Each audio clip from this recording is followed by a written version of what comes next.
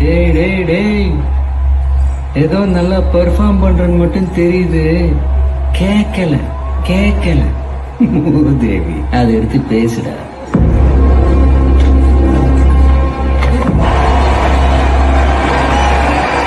என்னமாச்சு?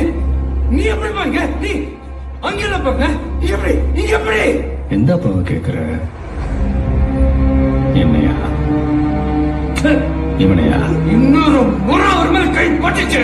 அவனே உங்க அப்பன் டைம்டா இது. உனக்கு 2 நிமிஷம் டைம்.